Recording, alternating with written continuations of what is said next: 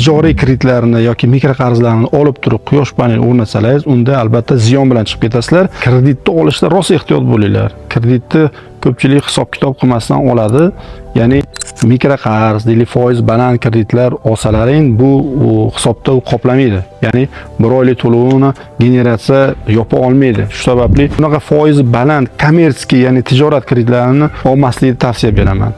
Buni olmaganlaring ma'qul. Undan ko'ra banklarda maxsus, ya'ni yashil energiya kreditlari bor. Shulardan foydalanib bemalol olsalaring foyda bilan chiqib ketasizlar. Agar sizlar baland foizda tijoriy kreditlarni yoki mikroqarzlarni olib turib quyosh paneli o'rnatsangiz, unda albatta ziyon bilan chiqib ketasizlar.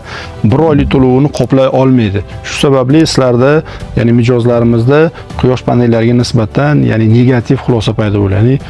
Bir oylik to'lovini ham qoplay olmasak, yana nima kerak bor buni o'rnatish degan xulosa kelib chiqadi. Shu sababli imtiyozli kreditlardan foydalaninglar. Albatta bizga qo'ng'iroq qilsalaring, biz sizlarga qanday qilib kompensatsiya olish, ya'ni 5% kompensatsiya olishni o'rgatib qo'yamiz. Albatta mutlaqo maslahat bepul.